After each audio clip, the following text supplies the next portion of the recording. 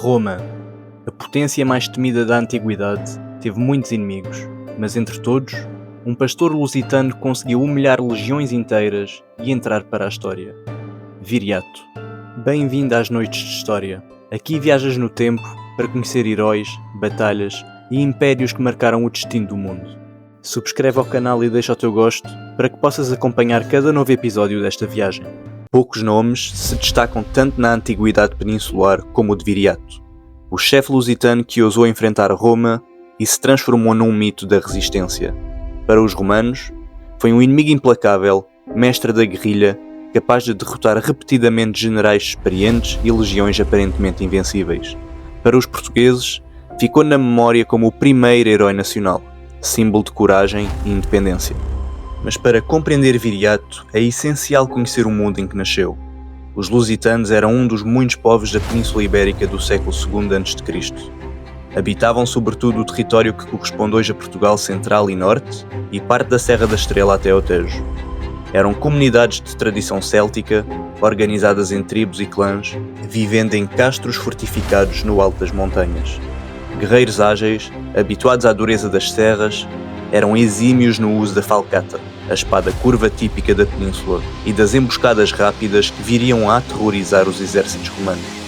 Roma chegara à Península Ibérica em 218 a.C., durante a Segunda Guerra Púnica contra Cartago.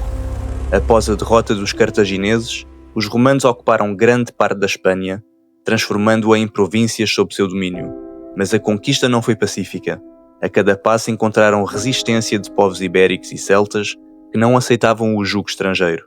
Entre eles, os lusitanos viriam a ser os mais persistentes.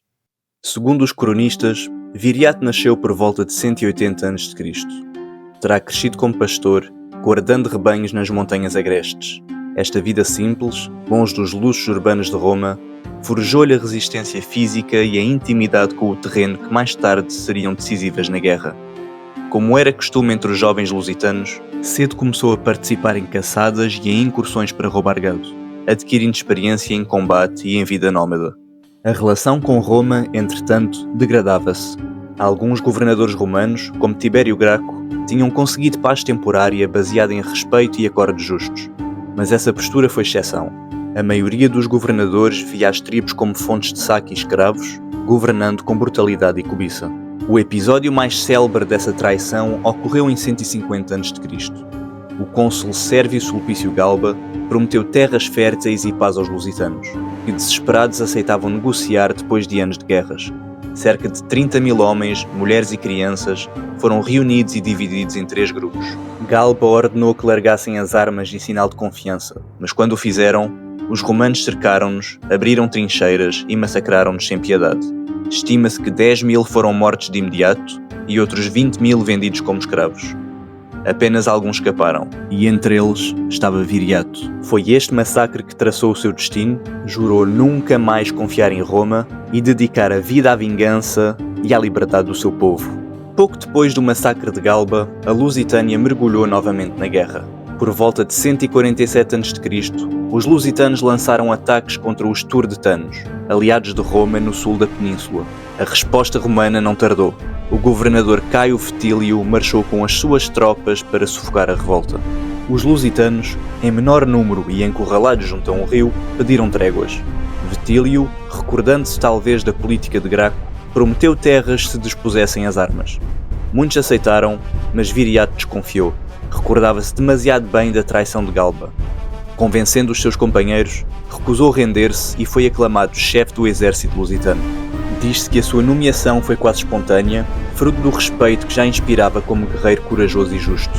A partir daí, Viriato passaria a ser mais do que um sobrevivente, tornar-se-ia o estratega que transformaria pequenos bandos de tribos em força organizada contra Roma. A estratégia de Viriato baseava-se naquilo que conhecia desde criança: as montanhas, os vales e os rios. Ele sabia que os romanos, com as suas armaduras pesadas e formações rígidas, eram lentos e vulneráveis em terrenos acidentados.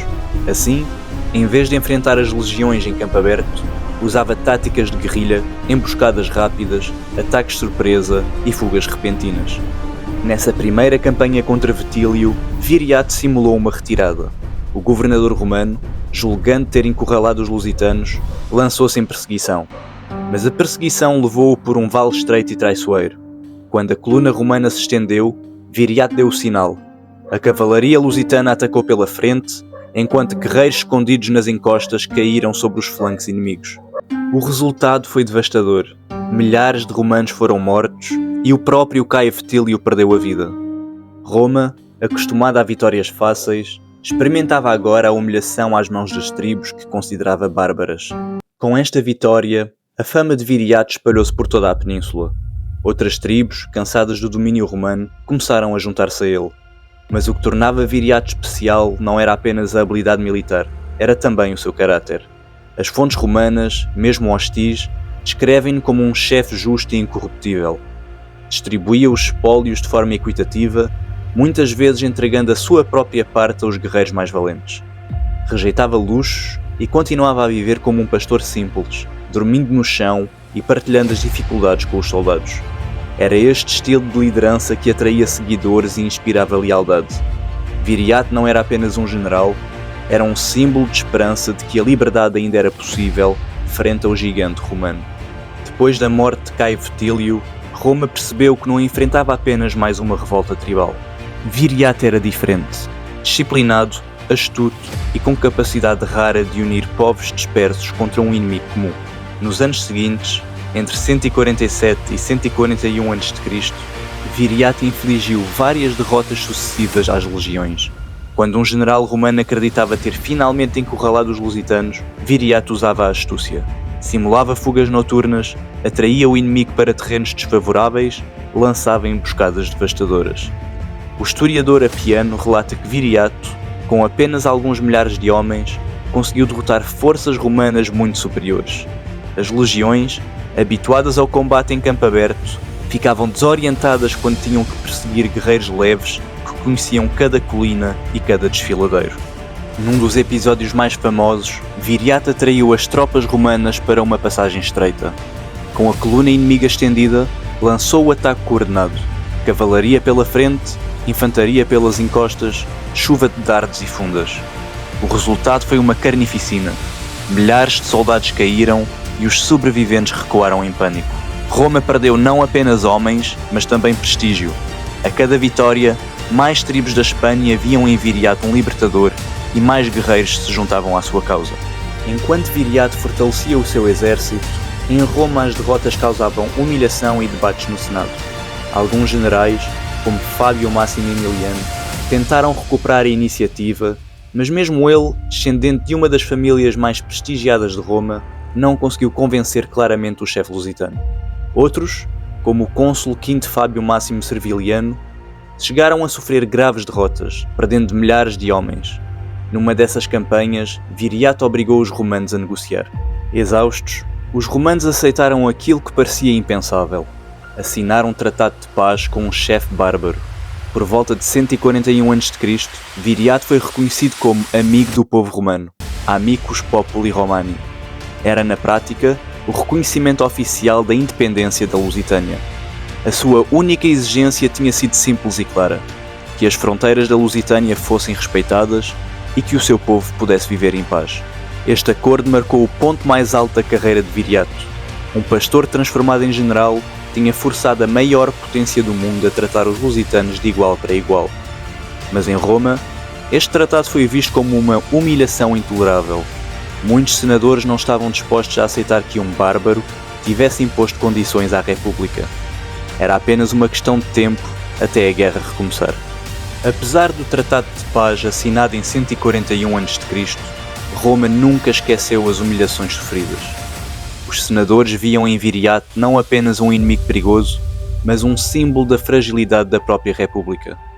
Era impossível aceitar que um pastor lusitano tivesse forçado a maior potência do Mediterrâneo a negociar de igual para igual. A paz durou pouco. Provocações e ataques romanos a tribos vizinhas reacenderam o conflito. Uma vez mais, Viriato organizou o seu povo e voltou à luta. Porém, a guerra já não tinha o mesmo equilíbrio. Roma enviava cada vez mais homens e recursos para a Espanha, determinada a pôr um fim definitivo à rebelião. Cansado de anos de guerra e querendo assegurar a sobrevivência da Lusitânia, Viriato voltou a procurar um acordo de paz. Para negociar, enviou 3 homens de sua absoluta confiança: Audax, Ditalco e Minuro. Mas Roma não via estas conversações como uma oportunidade de reconciliação. Via-as como uma chance de eliminar o inimigo de uma vez por todas. O general Quinto Servilio Cepião, cônsul da Espanha, decidiu comprar a lealdade dos 3 emissários. Ofereceu-lhes ouro e promessas de prestígio se acabassem com a vida do seu próprio líder. Numa noite, os 3 regressaram ao acampamento lusitano. Pediram para falar em privado com Viriato, alegando urgência nas negociações. Enquanto o herói dormia, 2 seguraram-no e o terceiro desferiu a facada fatal. Assim morreu Viriato, o pastor que se tornou o maior general da Lusitânia, vítima não de espada romana, mas de perfídia de homens que considerava irmãos. A notícia espalhou-se rapidamente. Entre os lusitanos reinou a consternação. O corpo de Viriato foi vestido com roupas ricas de comandante e chefe. Colocaram-no sobre uma pira funerária, ofereceram sacrifícios em sua honra e, segundo relatos, guerreiros montaram a cavalo e deram voltas em torno do fogo, chorando a perda do homem que os guiara durante anos de resistência. Roma, por sua vez, mostrou o seu cinismo habitual. Quando os 3 assassinos reclamaram o pagamento prometido, Cepião limitou-se a dizer: Roma não paga a traidores. Tinham cumprido a missão, mas foram desprezados até pelo inimigo que tinham servido. Com a morte de Viriato, a resistência lusitana perdeu o seu comandante mais brilhante. Sem a sua liderança, as tribos acabaram por ser derrotadas e incorporadas na esfera do domínio romano. Mas o nome de Viriato não caiu no esquecimento. Os cronistas romanos, mesmo sendo seus inimigos, não conseguiram negar a sua genialidade militar. Apiano descreveu-o como um estratega notável, comparável aos maiores generais da antiguidade. Para os lusitanos, tornou-se um símbolo de coragem, liberdade e resistência contra a opressão. Séculos mais tarde, já em plena formação de Portugal, Viriato foi lembrado como o primeiro herói nacional, aquele que encarava a luta de um povo pequeno contra um império gigantesco. Hoje, continua a ser celebrado como uma das figuras fundadoras da identidade portuguesa. Após a sua morte, a Lusitânia acabou inevitavelmente dominada por Roma. Ainda houve focos de resistência, mas nenhum líder conseguiu repetir o carisma, a astúcia e a disciplina de Viriato. A guerra transformou-se em submissão e, pouco a pouco, os lusitanos foram integrados no vasto mosaico cultural do Império Romano. Mas a figura de Viriato não se perdeu. Mesmo entre os próprios romanos, o seu nome foi lembrado como uma mistura de respeito e temor. Historiadores como Apiano e Diodoro da Sicília registaram os feitos daquele pastor que venceu os generais, deixando claro que Roma não enfrentava apenas bárbaros desorganizados, mas sim um verdadeiro gênio da guerrilha. Séculos depois, com a queda do Império e a formação dos reinos cristãos na península, o nome de Viriato voltou a ganhar força. Durante a Reconquista, cronistas medievais portugueses evocavam-no como símbolo de bravura e de fidelidade à terra natal. Para eles, Viriato representava a continuidade entre os antigos lusitanos e o novo povo português que se afirmava contra mouros e castelhanos. Foi nesta altura que nasceu a ideia de primeiro herói de Portugal. A sua luta contra Roma era reinterpretada como a primeira afirmação da independência lusa face a um poder estrangeiro. Durante o Renascimento, intelectuais portugueses como Camões, em Os Lusíadas, ecoaram o seu nome, colocando-o lado a lado com outros grandes símbolos da pátria. Já no século XIX, em pleno romantismo, Viriato foi exaltado como um herói popular, um líder do povo contra a tirania dos impérios. Pintores, escritores e historiadores reinventaram a sua imagem para inspirar a consciência nacional. Estátuas ergueram-se em várias cidades, como em Viseu, terra onde a tradição situa o seu nascimento, imortalizando-o em bronze e pedra, sempre representado como guerreiro altivo, de olhar firme, espada em punho ou braço erguido em desafio.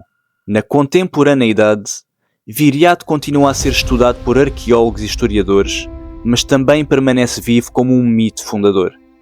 Para uns, é um estratega comparável a Aníbal, para outros, um exemplo de como um povo pequeno pode resistir a forças esmagadoramente superiores.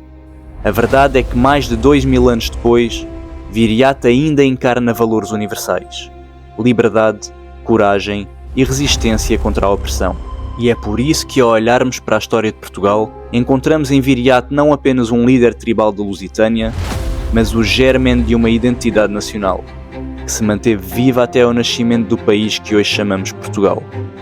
Assim termina a saga de Viriato, pastor, guerreiro, estratega e mito. O homem que ousou desafiar a Roma e que séculos depois continua a ser lembrado como o primeiro herói português. Se gostaste do vídeo, mete like e subscreve para não perderes a próxima noite de história.